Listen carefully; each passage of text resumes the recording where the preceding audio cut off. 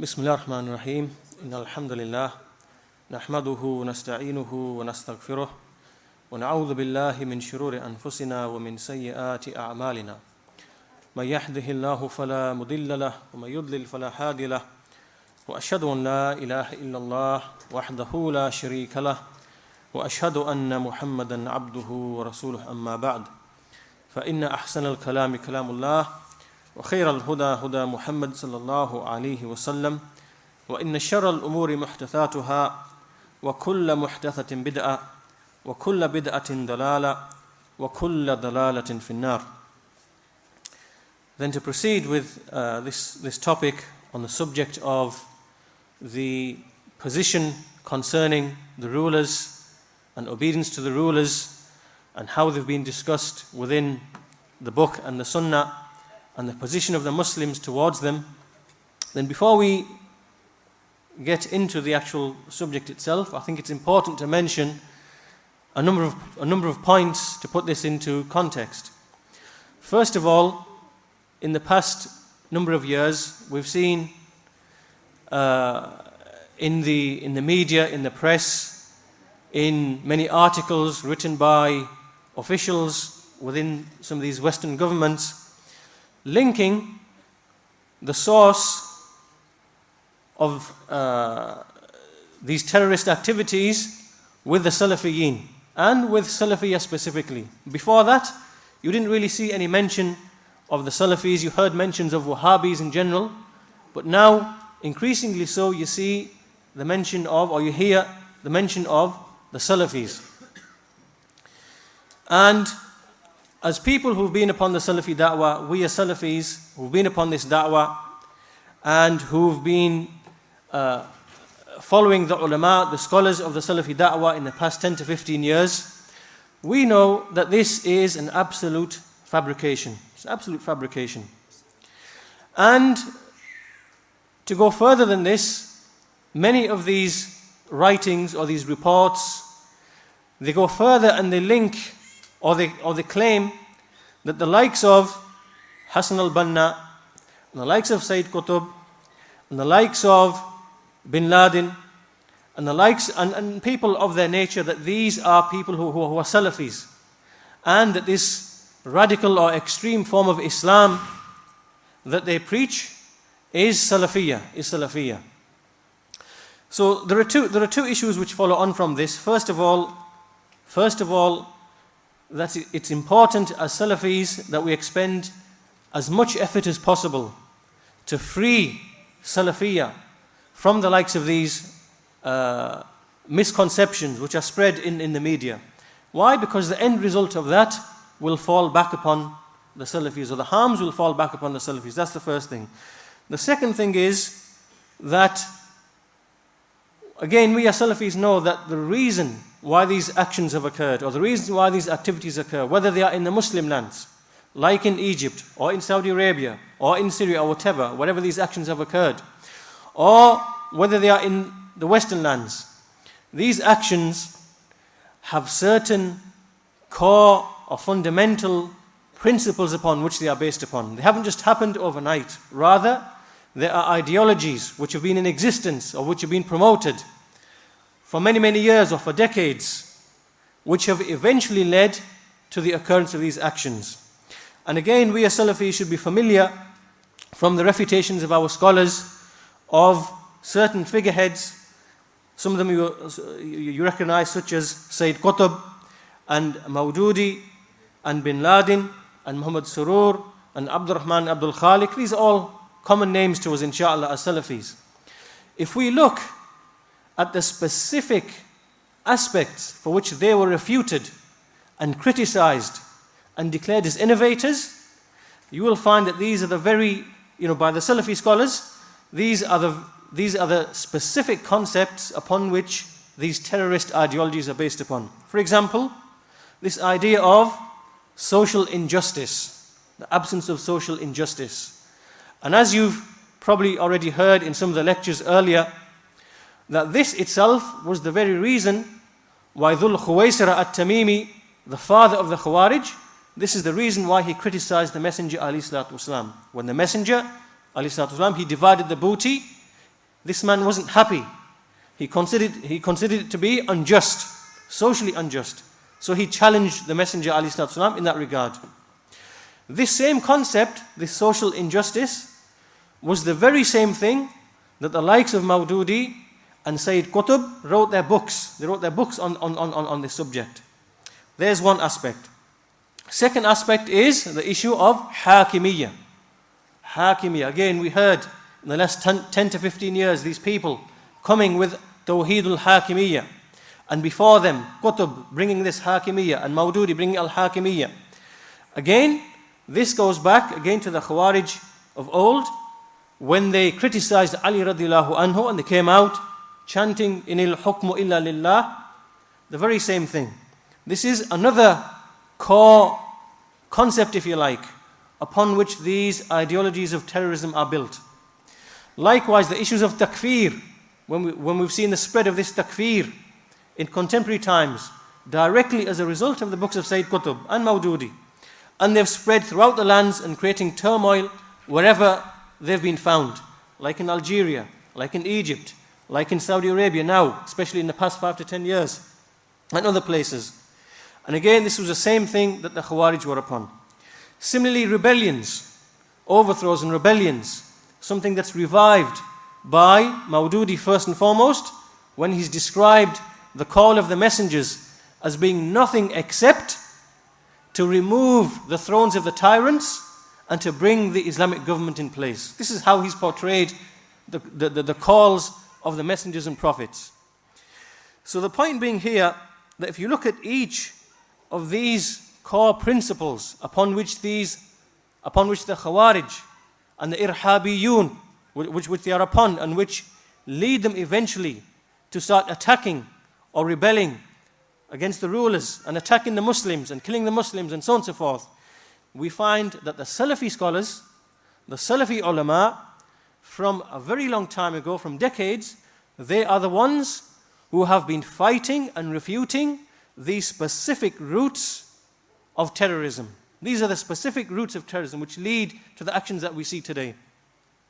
So, for example, amongst the affairs that we can clearly see, we've seen the likes of Shaykh al-Islam Ibn Baz, rahimahullah, and other than him, refuting the incident which occurred in Mecca almost 2 to 3 decades ago, when these people, Juhayman, when they stormed the Haram, when they took the Haram, and the scholars after that, they refuted the likes of these people and the actions which they committed.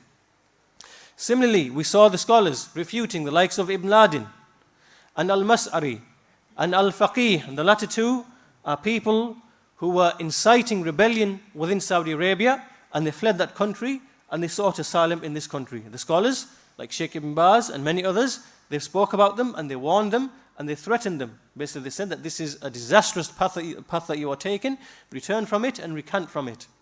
Similarly, Sheikh Zayd al-Madkhali, hafidhahullah, he wrote a very well-known and famous book now called Al-Irhab, in which he discusses the roots of this irhab. He mentions all of these incidents which have been happening in the Muslim lands, in Egypt, in Algeria, in Syria, other than that, and mentioning the specific figureheads behind these movements, like Sayyid Qutb, Hassan al-Banna, Maududi, and Muhammad Surur, and their stooges within Saudi Arabia, like Salman al-Auda and Safar al-Hawali, and also these takfiris who appeared in most recent times, refuting and mentioning all of them in that book.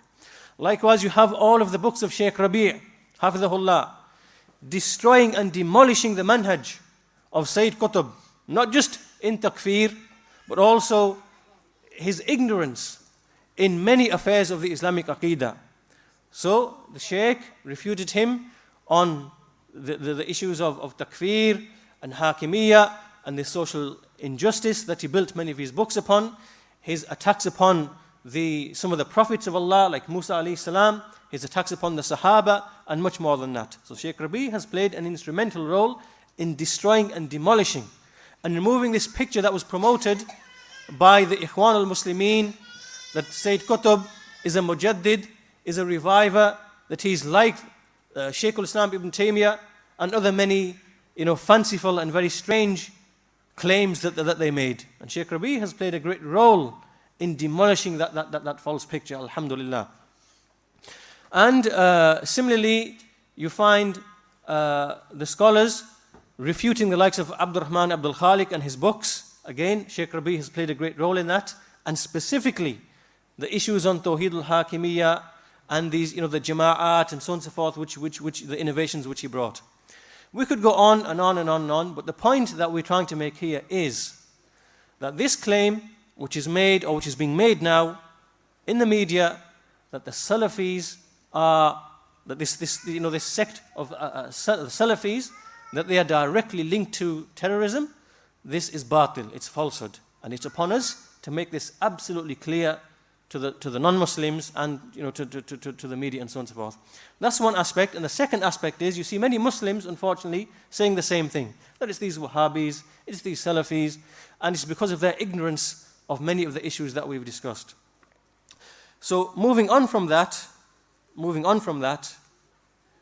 this is the reason why you will see that in this conference and in the lectures that have been organized and arranged, you will find that all of the topics are focused upon these 3 or 4 matters which I mentioned earlier, all of which are tied to the Khawarij, whether that is these ideas of oppression and social injustice in the Muslim lands, which they then use to disobey the rulers and to speak about them, or whether it is ruling by what Allah has revealed, or ruling by other than what Allah has revealed, and Hakimi and so on and so forth, or whether it is takfir or khuruj, all of these issues, because we as Salafis recognize that these are the direct roots of what we see as terrorism today. So in that regard, that puts my talk into context. That now puts my talk into context, which is discussing in detail the principles in the Sunnah as to how Muslims should behave with respect to their rulers in many different situations. So to introduce this talk, I want to bring an amazing passage, an absolutely amazing passage from Ibn al-Qayyim rahimahullah. And this is found in his book, Miftah Dar al-Sa'ada. This is volume 2, page 177. And within this chapter, basically, Ibn al-Qayyim is just speaking about the wisdom which Allah has put within certain affairs of al-qada wal-qadr. Al-qada wal-qadr. Ibn al-Qayyim is asking us to reflect upon some of these wisdoms. And Allah subhanahu wa ta'ala has placed certain principles within the creation, certain rules within the creation. There are certain rules which are related to His khalq and amr within His creation. So for example, if a person was to drop an object, it's a rule within Allah's creation that it will fall to the ground. That can never be changed. This is within Allah's creation. It's a rule within Allah's creation that if you put your hand within fire, it will be burned. Even though Allah has the power and the ability to change that, as He did with Ibrahim alayhi salam. But nevertheless, this is a rule within Allah's creation. Similarly, Allah also has, there are certain rules, there are certain sunan of Allah subhanahu wa ta'ala with respect to the actions and the behavior of His creation. So for example, as we will soon see, when the Muslims, or when the creation does such and such thing will result. We find examples of this in the book and in the Sunnah, and likewise from what will be mentioned by Ibn al-Qayyim here. So Ibn al-Qayyim says, he begins by saying, وَتَأَمَّلْ حِكْمَتَهُ تَعَالَى فِي أَنْ جَعَلَ مُلُوكَ الْعِبَادِ وَأُمَرَاءَهُمْ وَوُلَّاتَهُمْ مِنْ جِنْسِ أَعْمَالِهِمْ. So he says, so reflect in His wisdom, reflect in Allah's wisdom, the Most High's wisdom, in that He made the kings of the servants, and He made their rulers, and He made their leaders, that He made them to be in accordance with the actions of the servants. That He made them to be in accordance with the actions of the servants, to be the same type as the actions of the servants. Rather, بَلْ كَأَنَّ أَعْمَالَهُمْ ظَهَرَتْ فِي سُوَرِ وُلَاتِهِمْ وَمُلُوكِهِمْ. Rather, it is as if the actions of the servants have appeared in the form of their rulers and their kings. And then he explains, فَإِنْ اسْتِقَامُوا اسْتِقَامَتْ مُلُوكُهُمْ. So if they, meaning the subjects, are upon istiqamah, if they are upon uprightness, meaning they worship Allah, they adhere to the Sunnah, they keep away from that which Allah has prohibited, they do that which Allah has commanded, if they're upon istiqamah, then the muluk, then the kings too will be upon istiqamah. وَإِنْ عَدَلُوا عَدَلَتْ عَلَيْهِمْ. And if the servants turn away from uprightness and turn away from this, then the kings too will basically turn away from that towards them. وَإِنْ جَارُوا جَارَتْ مُلُوكُهُمْ. So if the subjects become oppressive, meaning with respect to each other, and they are tyrannical with respect to each other, then the kings, the جَارَتْ مُلُوكُهُمْ وَوُلَاتُهُمْ, then they will be oppressive and tyrannical upon them. وَإِنْ ظَهَرَ فِيهِمُ الْمَكْرُ وَالْخَدِيعَةُ فَوُلَاتُهُمْ كَذَلِكَ. And if there emerges amongst the servants plotting and deception and treachery, then their rulers will be likewise with respect towards them. وَإِنْ مَنَعُوا حُقُوقَ اللَّهِ لَدَيْهِمْ وَبَخِلُوا بِهَا مَنَعَتْ مُلُوكُهُمْ وَوُلَاتُهُمْ مَا لَهُمْ عِنْدَهُمْ مِنَ الْحَقِّ وَبَخِلُوا بِهَا عَلَيْهِمْ. And if they, meaning the servants, prevent the rights of Allah, they withhold the rights of Allah that Allah has upon them, and again those which are between themselves, and they become stingy and greedy with respect to them, then the kings and the rulers will withhold and remove the rights that the servants have upon them.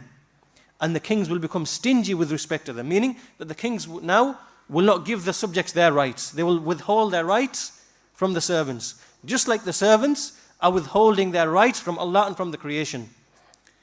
And then he continues, وَإِنْ أَخَذُوا مِمَّنْ يَسْتَدْ. And if they take from the one whom they consider to be weak what they don't deserve to take from him in their dealings with him, meaning that if the people if there are people who are weak, and then they start taking advantage of them, and they start taking and misappropriating their rights and in the dealings between them, so they take advantage of the weak person, then he says, أَخَذَتْ مِنْهُمُ الْمُلُوكُ مَا لَا يَسْتَحِقُّونَهُ وَضَرَبَتْ عَلَيْهِمُ الْمُكُوسَ وَالْوَظَائِفِ.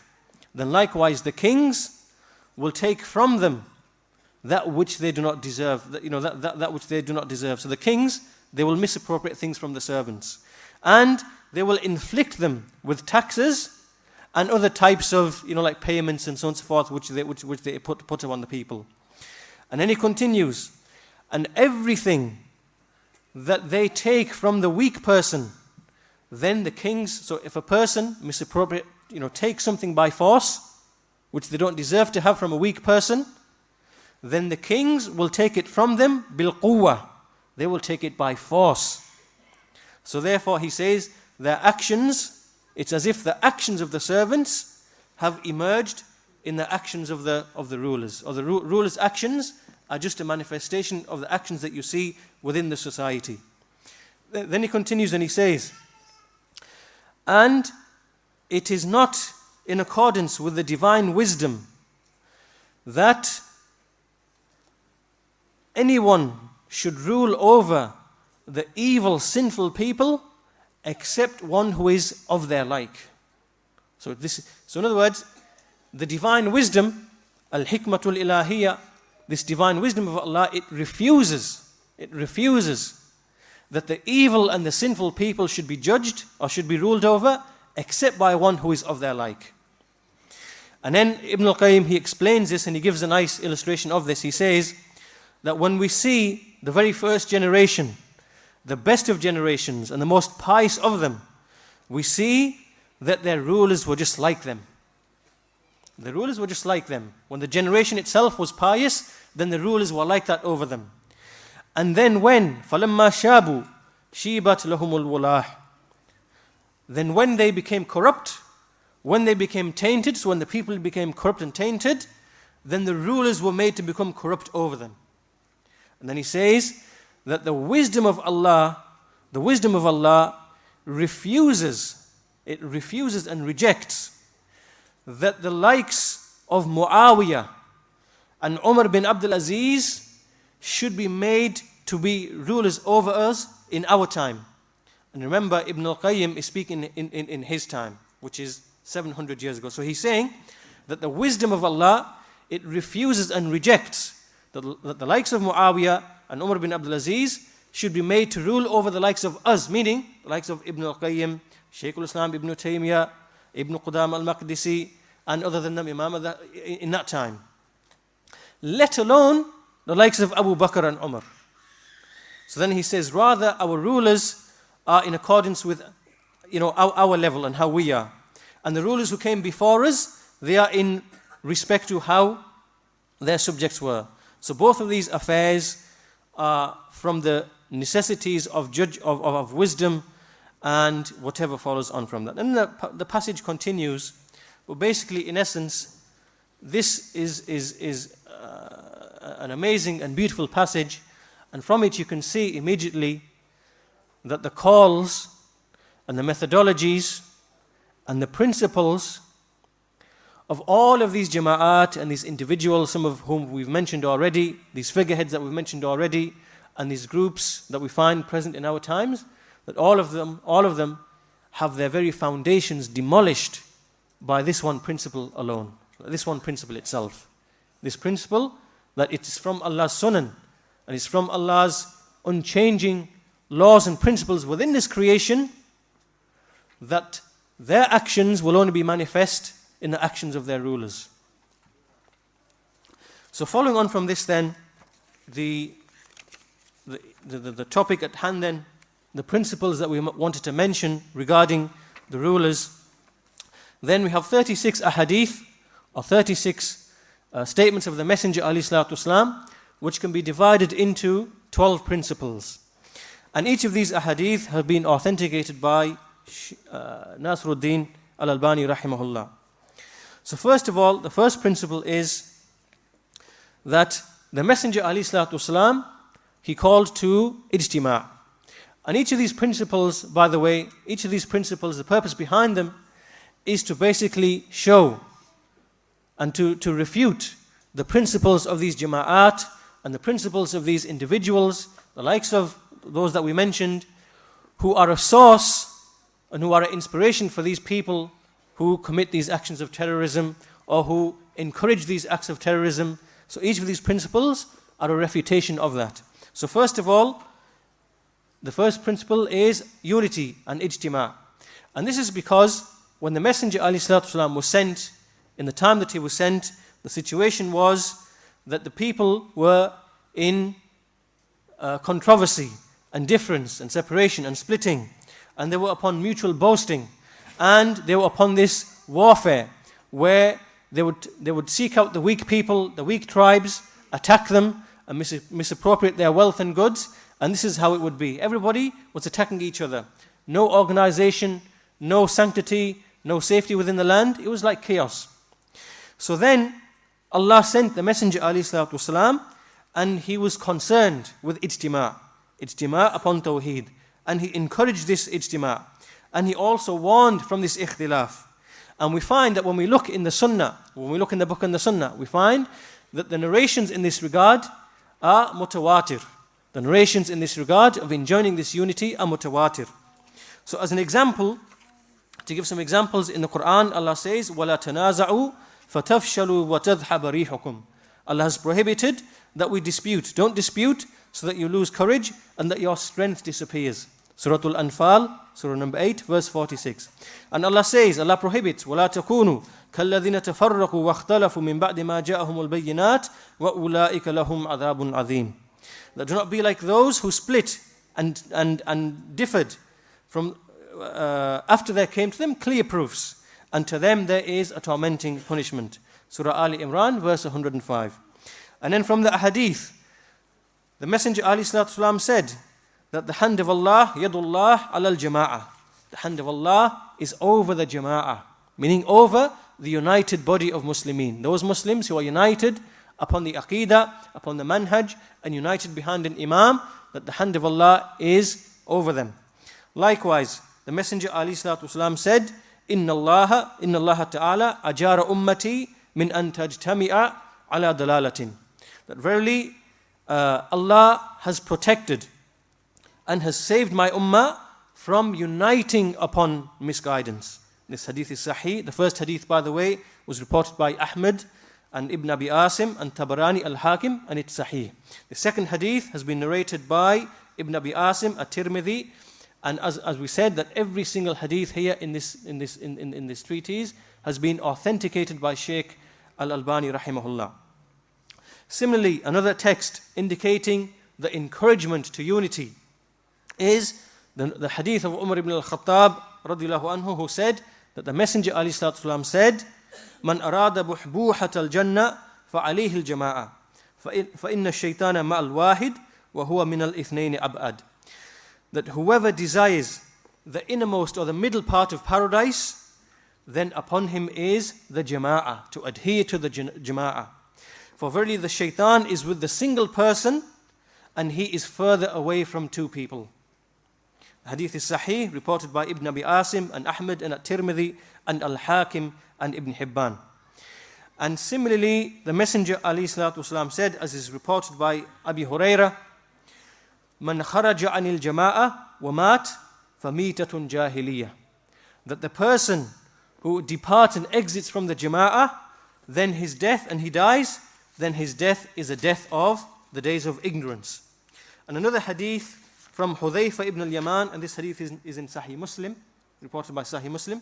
This next hadith is from An-Nu'man, who narrated that the Messenger alayhi salatu wasalam said, "Al-jama'atu rahma wal-furqatu adhab."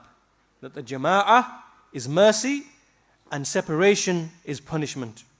And this hadith is sahih, reported by Ahmad and Ibn Abi Asim.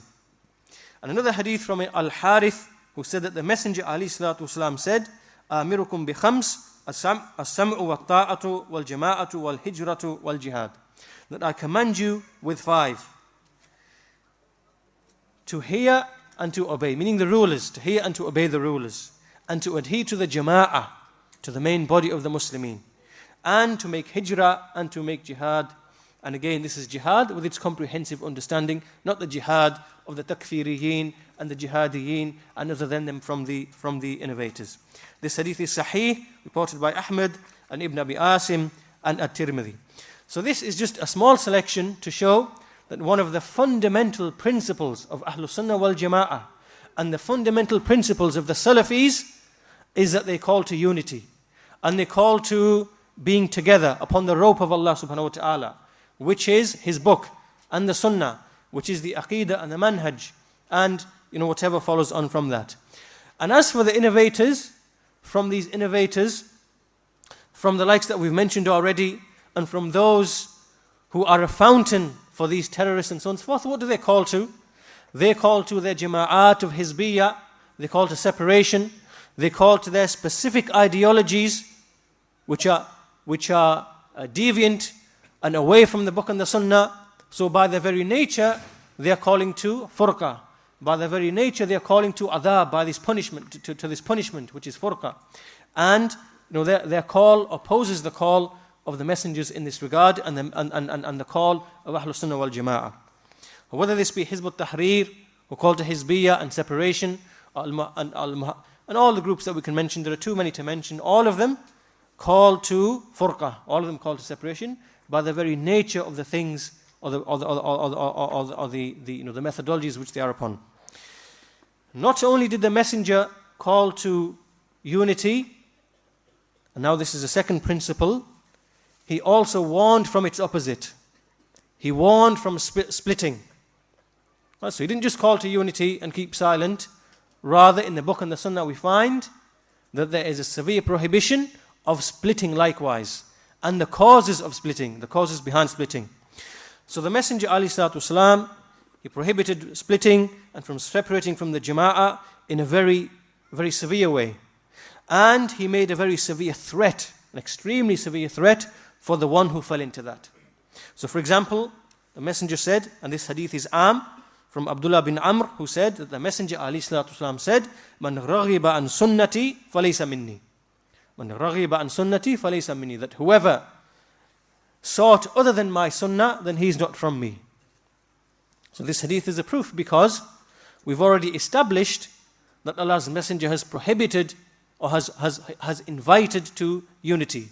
So whoever desires something other than this, then he is not from us. This hadith is sahih, reported by Bukhari and Muslim. Hadith of Ibn Umar, who said that the Messenger ﷺ said that whoever removed his hand from obedience, meaning whoever removed himself from obedience to the ruler, then he will not have any proof for him on Yawm al-Qiyamah. He will not have any hujjah for him on the Day of Judgment, meaning there is nothing that will argue for his case because his action is unjustified. Reported by Ahmad and Ibn Abi Asim. Similarly, the Messenger said in a very in this hadith, as is reported by Muslim, that whoever comes to you, man ataakum wa amrukum jami' ala rajulin wahid yuridu an yashukka asakum wa yufarriqu kalimatakum faqtuluh.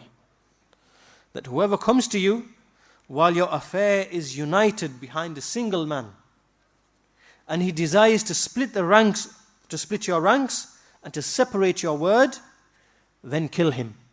This is a very severe threat. A very severe threat. Hadith Sahih, reported by Muslim.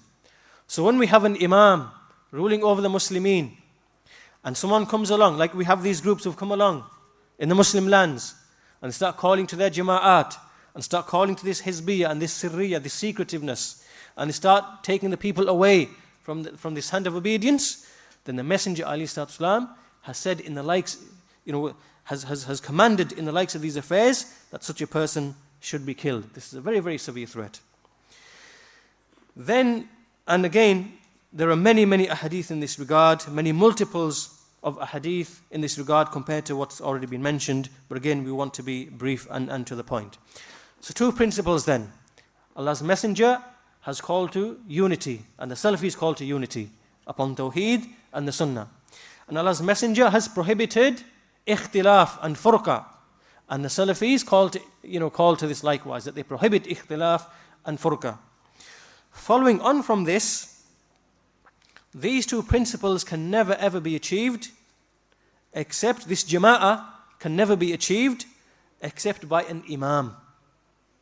So it's fair enough saying that we have to unite. It's fair enough saying that we mustn't separate and split. But these two affairs can't be achieved except with what? An Imam behind whom the people are united. They're united behind his word. And the Imam himself, he cannot be in control except if the Muslims obey him. So there has to be an Imam and there has to be ta'ah. There has to be an Imam and there has to be ta'ah. And this is found, and this is the next principle, that the Jama'ah cannot be upheld, it cannot be maintained, it cannot exist except with an Imam who is given ta'ah. This is a third principle. And in this regard, the hadith are many. As the Messenger ﷺ said, as is reported by Anas, that you should hear and you should obey even if an Abyssinian slave is placed over you, and whose head is like a raisin, meaning irrespective of his appearance and whatever, we have to hear and we obey, so long as he establishes the book of Allah amongst you. Hadith Sahih, reported by Bukhari. And similarly, Abu Hurraira reported that the Messenger ﷺ said that whoever obeys me, man ata'ani faqad ata' Allah, wa man asani faqad asa Allah. That whoever obeys me, then he has obeyed Allah. And whoever disobeys me, then he has disobeyed Allah. And whoever obeys the Amir, then he has obeyed me. And whoever disobeys the Amir, then he has disobeyed me. So look in this hadith, how the Messenger ﷺ has made a comparison. He first of all said that whoever obeys me, he has obeyed Allah. And whoever disobeys me has disobeyed Allah. So obedience to the Messenger is exactly the same as obedience to Allah. And disobedience to the Messenger is exactly the same as disobedience to Allah subhanahu wa ta'ala. And the Messenger then compared the rulers with this. So he said, whoever obeys the ruler, then he has obeyed me. And we know that obedience to the Messenger is obedience to Allah. And whoever disobeys the ruler, then he has disobeyed me. And we know that disobedience to the Messenger is disobedience to Allah. So this hadith shows that obeying the ruler and not disobeying him is equivalent to obeying Allah and obeying the messenger. And we know that this hadith, that this itself is found in the Qur'an in many ayat. From Ibn Umar, that the Messenger ﷺ said that it is upon a Muslim to hear and to obey in whatever he loves or whatever he dislikes, unless he is commanded with disobedience. So now we have to pay attention to this. Why? Because the Sunnah has come with much detail. Pay attention to this hadith. Allah's Messenger said, upon a Muslim, is that he should hear and obey فِيمَا أَحَبَّ أَوْ كَرِهَ, in whatever he loves and whatever he dislikes, except when he is commanded with disobedience. In that case, there is no hearing and no obeying. Right? So there's an exception. In disobedience, in whatever opposes the Book of Allah and the Sunnah of the Messenger, we don't obey the ruler at all, in that specific issue. However, in everything else, irrespective of whether we like it or whether we don't like it, whether it's easy for us, whether it's hard for us, we have to obey the ruler. For example, there are many things which are not found in the Sharia, which the ruler might implement in order to maintain the welfare of the servant. For example, as an example, it might be the case that the rulers say that in this country, you have to drive on the left side of the road, right? In order to maintain this, safety and security and to maintain the order of the society. So there could be many laws that the rulers implement. For example, they might put customs in airports to check the people as they come in and as they leave. There might be many issues like this that the rulers put in place, which themselves do not contradict the Sharia of Allah. And some of these affairs, they might be hard upon, it might create hardship, might create difficulty, might create an inconvenience. This makes no difference. Rather, we still have to hear and obey in whatever we love and whatever we dislike. Whatever is easy, whatever brings hardship, as long as it doesn't contradict the Sharia of Allah and oppose, and it doesn't involve ma'siyah to Allah, disobedience to Allah, then we have to obey the rulers in that.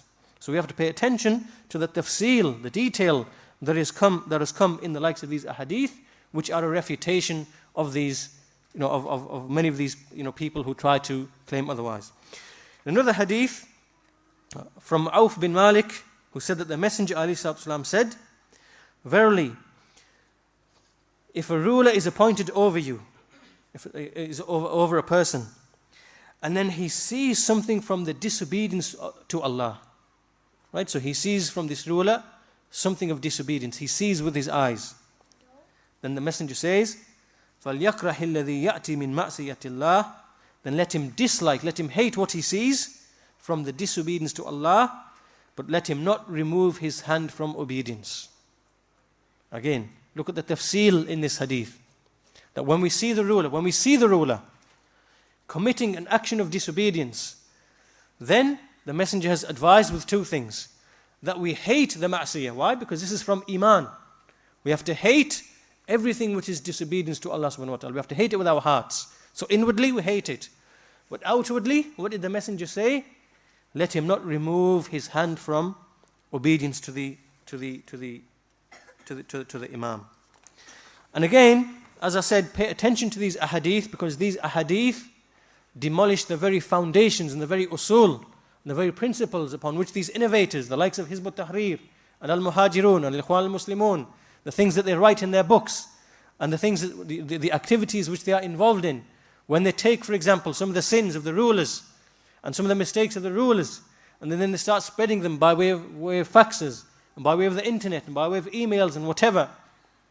And they make the Muslims to rebel against them, and to hate them, to dislike them, and to sow the seeds of discourse.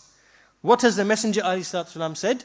That a person who sees with his eyes, if you see a ruler with your eyes, hate the sin, but don't break away from disobedience.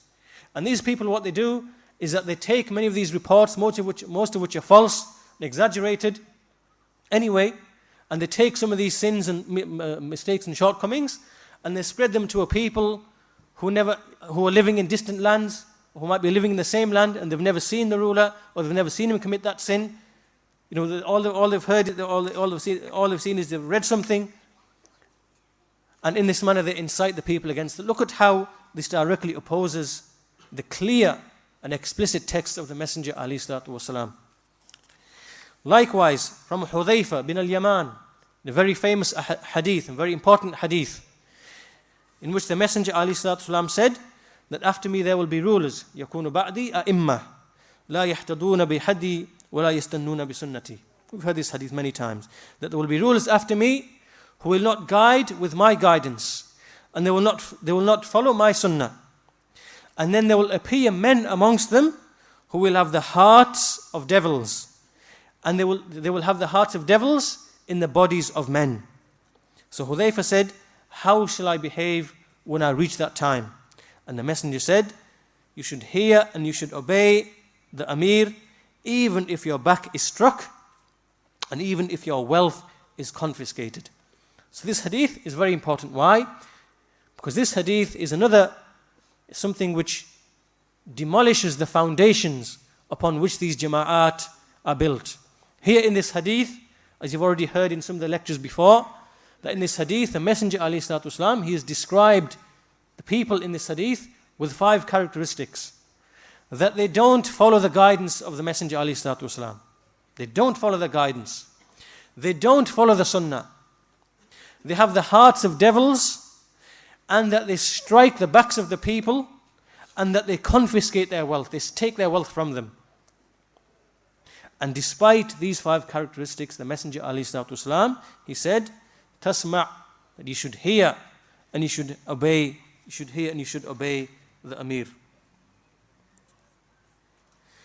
Another hadith, and this hadith is in Muslim.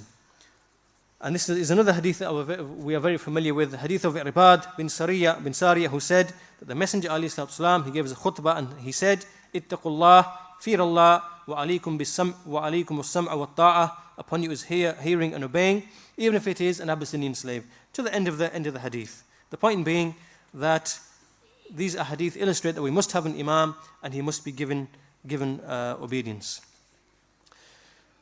So this is the third principle.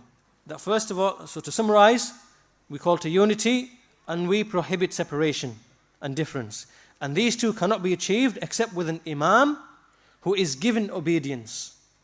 And the third thing, the fourth principle now is that this obedience that we've spoken of in the third principle is obedience which must be given irrespective of whether the Amir is pious or sinful, whether he is a fajir, whether he is a sinner, or whether he is a taqi, whether he is pious. And this has occurred in many ahadith. Many ahadith.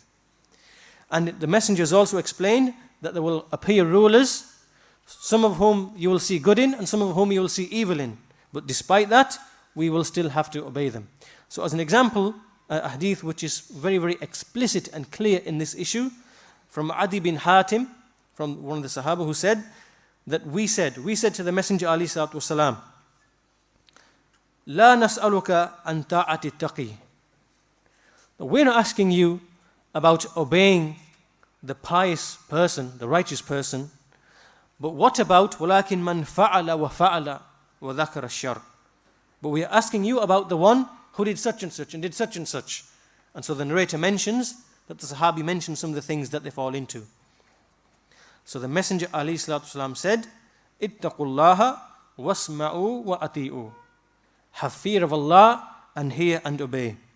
So again, pay attention to how this hadith demolishes another batil principle which is used by the likes of people. Because they come and they say that these are hadith in the Sunnah which command obedience to the Imam, they are only in relation to a pious Imam, to a righteous Imam.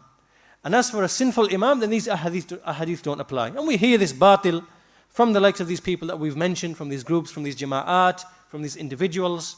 And we can see that this hadith, this text, is a specific refutation. Why? Because here the Sahaba said, we're not asking you about the righteous person.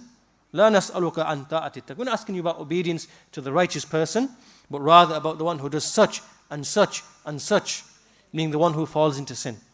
And the Messenger said, Ittaqullah wasma'u wa ati'u. After this, so therefore, the fourth principle, whether he's sinful whether he's righteous, whether he's pious, whether he's disobedient, the Sharia has not made any distinction in the issue of obedience to him. Now, these 4 principles so far that we've discussed, which is unity and not separating, and a jama'ah must be built upon an imam who has obedience, and this obedience has to be whether the imam is righteous or sinful. The messenger didn't just stop there. The Sharia didn't just stop there. Rather, the Sharia went on to cover issues which could cause or which could result in these principles being compromised.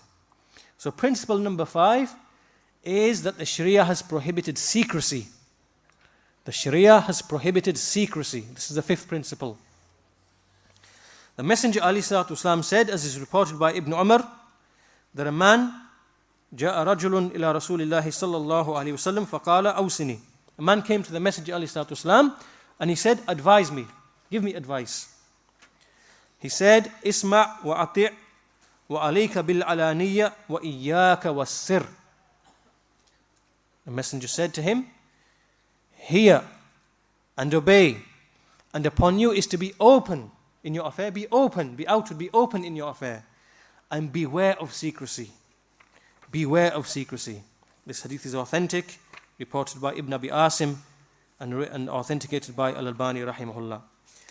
Now here, and there are many narrations in this regard, but here in this hadith, we can see that secrecy with respect to the imam and with respect to those responsible in governing the Muslimin has been expressly forbidden in this hadith. And what do we see? We see that one of the foundations of these jama'at, of all of these jama'at that we see, Ikhwan al-Muslimin, Hizb al-Tahrir, al-Muhajirun, and other than them, and even their splinter groups that they have now, supporters of the Sharia, al-Ghuraba, the saved sect, all these people are found within this country. A fundamental basis of them is secrecy. Is secrecy. That they have a core, group of people who are sometimes given the Pledge of Allegiance, and they have many secret affairs which they keep away from the armed people who are tied to them. And many of these things that we know, all of these are opposed. This is opposed to the Sunnah, opposed to the Sharia. And as we said, that this is another principle which is opposed to what these people are upon. So secrecy is prohibited. Sixthly, the 6th principle is that khuruj, that rebellion is prohibited. And the Messenger ﷺ has explained that to rebel against them is not permissible except in 2 situations. First of all, that we see clear manifest kufr, or that they prevent the people from establishing the salah.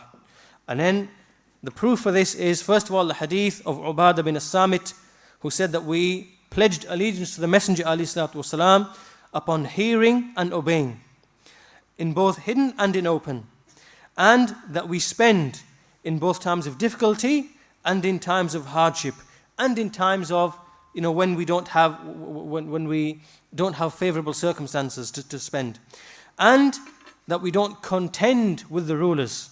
We don't try to take the affair away from the rulers unless we see إِلَّا أَن نَرَى كُفْرًا بَوَّاحًا, unless we see clear manifest kufr with which we have a proof from Allah subhanahu wa ta'ala, from Allah. This hadith is sahih in Bukhari and Muslim. Now, one of the Shaykh Ibn Uthaymeen rahimahullah, he gave an explanation to this hadith. When the Algerian people came to him, some of the people from Algeria, they came to him, and they came to clarify some of these doubts that were used by the Khawarij in Algeria, and the doubts of the Takfiriyin that they were using from this hadith. He came, the people came, and they asked him about this hadith. And in explaining and giving them advice, the Shaykh explained that if you look at this hadith, the Messenger mentioned 4 things. He mentioned 4 things. He said, إِلَّا أَن نَرَى. He said, we see with our eyes. So the first thing is the seeing with the eyes. The second, he said, kufran. That this thing which he's committing, it has to be kufr. It has to be established from the Sharia that this thing that he's fallen into is indeed kufr. Why? Because there are some things which are kufr, but which don't expel from the fold of Islam, and there are other things which indeed do expel from the fold of Islam. So we have to clarify from the Sharia by looking at the evidences that is this thing which he fell into, is it kufr?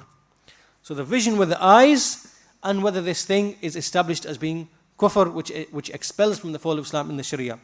Bawahan, it's open, like he does it openly and clearly and manifestly and openly in front of the people, and with which we have a proof from Allah, which we have an evidence from Allah. So the Shaykh emphasized these affairs. This is one situation, and the second hadith is from Salama, who said that the Messenger ﷺ said that there will be rulers after me, you will acknowledge certain affairs from them, you will see some good in them, you will see some evil in them, and so whoever rejected the evil, then he has freed himself. فَمَنْ أَنْكَرَ فَقَدْ بَرِئَ. So whoever rejected that, then he has he's absolved himself from any blame. وَمَنْ كَرِهَ فَقَدْ سَلِمَ. And the one who just hated it in his heart, the one who hated it, then he has saved, he's become safe. However, the one who was pleased and who followed, and then the messenger stopped, he didn't say anything. Why? To show that this is something which is criticized and disliked. And then the Sahaba said, should we not contend with them with the sword? And the messenger said, no, so long as they establish the prayer amongst you. This hadith is sahih and reported by Muslim. So the scholars explain that khuruj or rebellion is prohibited except in these two situations, where a ruler, he commits open, clear, manifest kufr, which we can see with our eyes, or he prevents the people from establishing the salah. And as we know that even if a ruler falls into one of these two things, this doesn't mean that rebellion is automatically sanctioned. Rather, we refer the affair back to the scholars, and we look at whether the Muslims have the ability, and whether there will be even more evil after this rebellion. So the scholars will look at these affairs and weigh up these affairs, and then they will advise the people as to what to do. So this doesn't mean that just because we fall into, the ruler falls into this, that rebellion is automatically sanctioned. After this, the next principle then is that we have to give advice. So the seventh principle is that the Sharia has ordered us to give advice. And the Messenger ﷺ said, the well-known hadith from Tamim ad-Dari, that the Messenger ﷺ said, ad-dinun nasiha. He said it 3 times, that the religion consists of being sincere and giving sincere advice. And so the Sahaba said, to whom? And he said, to Allah, to His book, to His Messenger, to the leaders of the Muslims, and to the general Muslimin. And another hadith that is used by the scholars, like Sheikh Ubaid, he brings another hadith, he says that the hadith, that the rights of a Muslim upon another Muslim are 6 in number, and amongst that it is mentioned that when a Muslim asks another Muslim for advice, that he gives him advice. So this hadith has also been used by the scholars to show that the rulers aren't an exception. The rulers aren't an exception, rather the rulers are from amongst the Muslimin. And the rulers are from amongst the brothers of the Muslimin. So when a Muslim brother asks for advice or is in need of advice, then this hadith, the rights of a Muslim are 6. This hadith applies in that situation. So a Muslim has to give a nasiha. This is the 6th principle. Now we need to rush because we're running out of time. So I'll just mention these affairs briefly. So nasiha is wajib. The 8th principle is that we've been prohibited from reviling and abusing the rulers. As is mentioned by At-Tahawi, and likewise as is mentioned by some of the major Sahaba of their time, like Anas, who said that we were prohibited by the most senior of the companions of Muhammad ﷺ, and they used to say, do not revile the rulers, do not be deceptive towards them, and do not hate them, but rather have fear of Allah and have patience, for verily the affair is near at hand. And this is authentic. This is reported by Ibn Abi Asim, and Al-Albani rahimahullah declared it to be authentic. And similarly, the Sharia not only explained that we have to give advice instead of abusing, it also explained how to give this advice. So from the text which explain that is that from the messenger who said that whoever desires to advise the ruler, then let him not do it openly. Rather, let him take his hand and take him to the side or in seclusion and advise him. And if he hears him, then فَذَاك, meaning that he's then fine. And if not, then he has at least fulfilled that which was upon him, the obligation which is upon him. So this shows that the ruler is to be taken aside and to be given advice in private. And similarly, in the time of Osama, in the time of Osama bin Zayd and Uthman, a man came to Osama bin Zayd and he said that, will you not advise Uthman?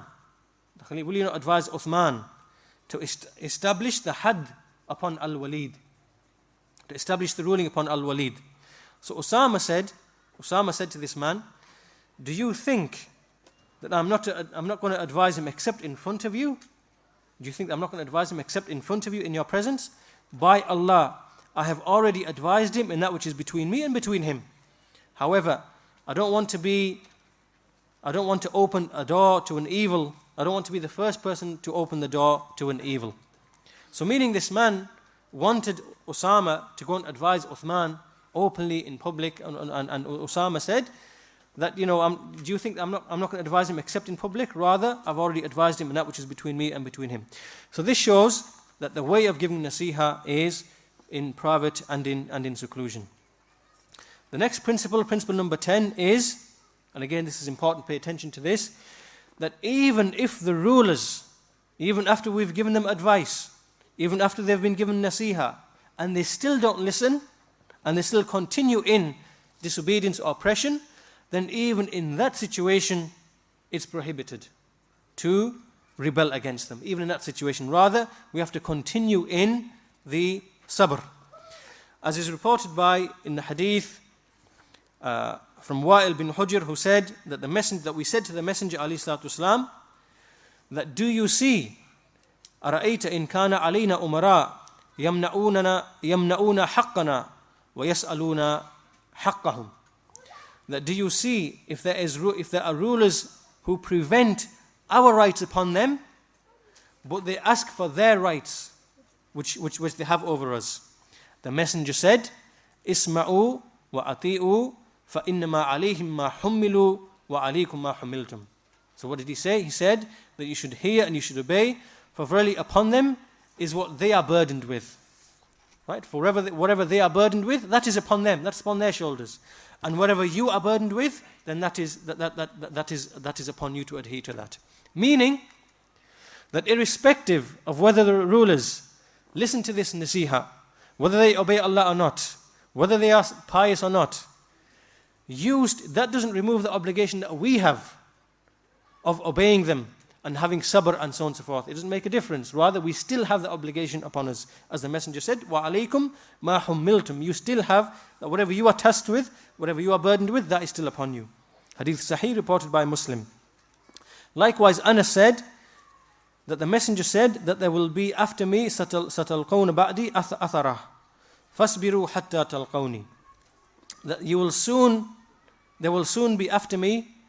It's hard to translate this in a single word, but basically what it means, that after me there will be a situation where, like, the rulers will give precedence to themselves, will think after their own interests, and will not think after the servants. So when this time comes, fasbiru hatta, have patience up until you meet me. So what does this show? When we meet, or when the Muslims, or when those Muslims meet Allah's Messenger at the Hawd, when they meet him on Yawm al-Qiyamah. Meaning that there has to be patience in every single time and in every single place where we have the likes of this affair. And likewise, another hadith from Abu Hurraira, who said that the Messenger ﷺ said that there will be khulafa, there will be many khulafa, and they will increase. So they said, what do you advise us with? What do you command us with? He said, give the bay'ah, pledge allegiance to the first one, and then the one who comes after him. So as they come, give pledge of allegiance to them, and fulfill that which is with them, meaning fulfill their rights. For verily Allah will ask them for that which is for you. Meaning that fulfill their rights, that's your duty. And as for the rights that you have over them, then leave that to Allah. Allah will ask them about it. And so this then shows that even when we see that the rulers are oppressive, tyrannical, and we advise them, they don't listen to the advice, they continue in their sin, they continue in their disobedience, and the nasihah has been given, even in that situation, it is still not permitted to rebel. Rather, what is Allah's Messenger commanded? He's commanded as-sabr. So these texts have commanded as-sabr. So we have as-sabr. Next principle number 11, is the prohibition of publicizing their sins upon the minbar. And again, this is an affair which is very, very clear. And it's also included within the hadith that we just mentioned.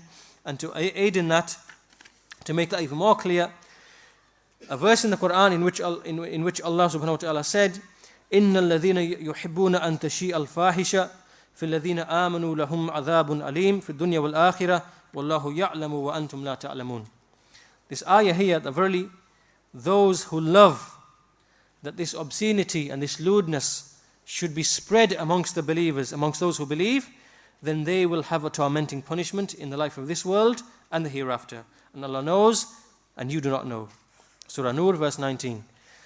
Now when we go to the tafsir of this ayah, when we go back to the books of tafsir of Ibn Kathir and other than them, and when we look at the meaning of what does this ayah actually mean? What is it referring to? What it refers to is that when you see amongst the believers someone committing a sin, someone falls into a sin, maybe he falls into zina, maybe he falls into something else, so he commits a sin, he falls into it, then these people or this person, he goes and he begins to spread this fahish, he begins to spread it, that so-and-so did such and such, so-and-so did such and such, so-and-so did such and such. Then he begins to spread news of this thing amongst the believers. This is what is meant, that those who spread fahisha amongst those who believe, this is what is meant.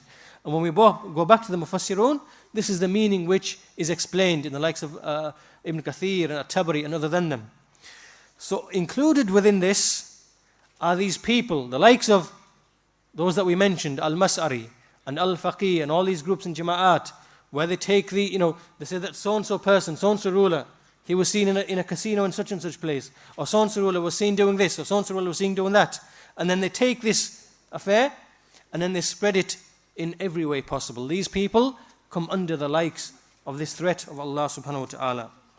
And similarly included within this is a hadith of Abu Hurraira, who said that the messenger said, إِذَا قَالَ الرَّجُلُ حَلَكَ النَّاسِ فَهُوَ أَهْلَكَهُمْ. إِذَا قَالَ الرَّجُلُ حَلَكَ النَّاسِ فَهُوَ أَهْلَكَهُمْ. That when a man says the people are destroyed, then he is the one who has destroyed them. What does this mean? What does this mean? The scholars explain that this means when a man, for example, sees someone committing a sin or committing something wrong or whatever, and he sees it in a people, then he says, oh, these people are perished, these people are destroyed. By making that statement, in reality, he is the one who's destroyed them. He is the one who's caused them to perish. Why?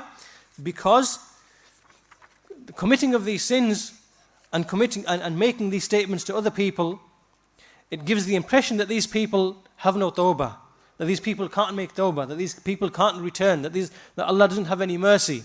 So in reality, he spread this idea that the people will perish and will be destroyed. So in reality, he's the one who's contributing to their being destroyed.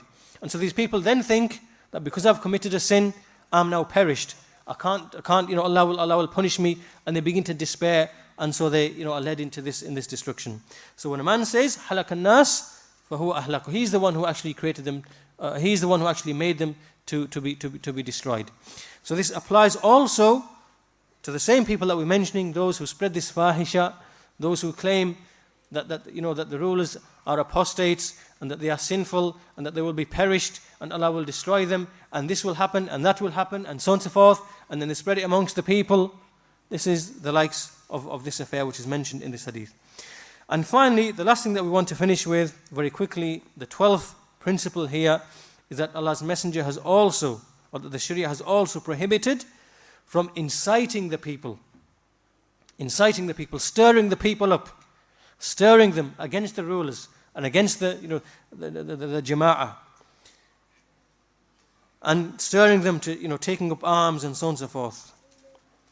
And so a hadith in this regard is from Al-Miqdad bin Al-Aswad, who said that the Messenger ﷺ said that verily the happy person in the Sa'id, the happy person is the one who avoided the fitan.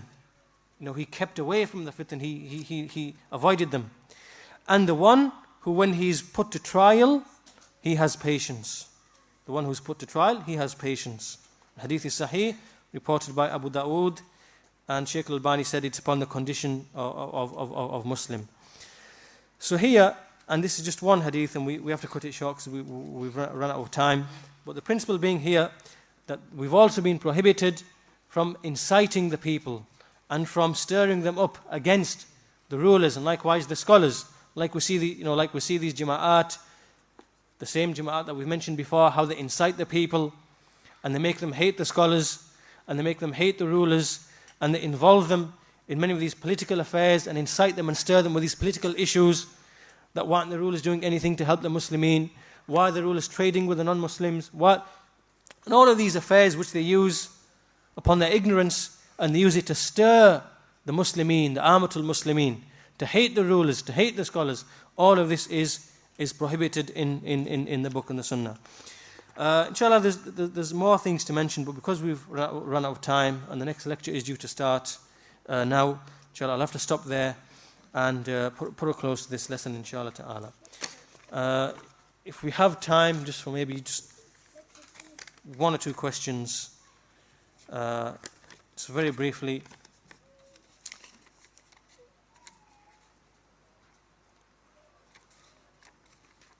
Okay, first of all, regarding this statement of Ibn al-Qayyim, someone has mentioned that this statement has already been translated. Yes, so whoever wants to refer to this statement of Ibn al-Qayyim that we mentioned at the beginning of this talk, then this has been translated. It can be found on the website under the articles on jihad.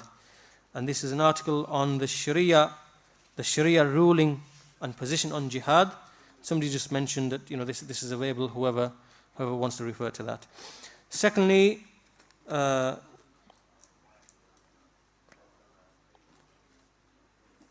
second question here is, are Salman al-Awda and Safar al-Hawali still upon the manhaj for which they were criticized, or are they now upon the Salafi manhaj? So these people are still upon the same manhaj.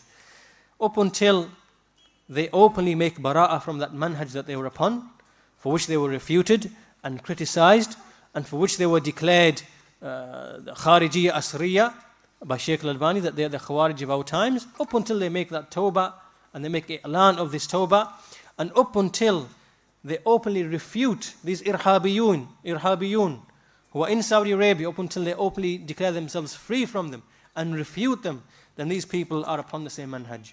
Even these people, in the past couple of years, we've seen some of their statements that when there have been bombings in Al-Khobar and Riyadh and in Makkah and so on and so forth, when you look at their statements, very, very siyasi statements, very political statements, they're not condemning these people, but they're kind of saying that we should engage in a dialogue with these people, we should try and understand what their grievances are and so on and so forth.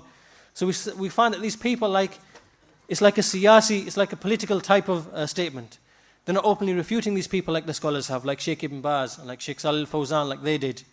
So these people are upon the very same manhaj. But what they found is that because now this manhaj has been refuted and destroyed, and because the books of Sayyid Qutb have been exposed, and because this manhaj has been exposed, that now they can't openly align themselves with this type of manhaj, which is why they are playing a very siyasi, they're taking a very political type of stance. This is what is indicated by their statements that we've read and the statements that they've issued in many, in the past couple of years in relation to these events that we've seen in Saudi Arabia, and likewise, like September 11th and other affairs like that.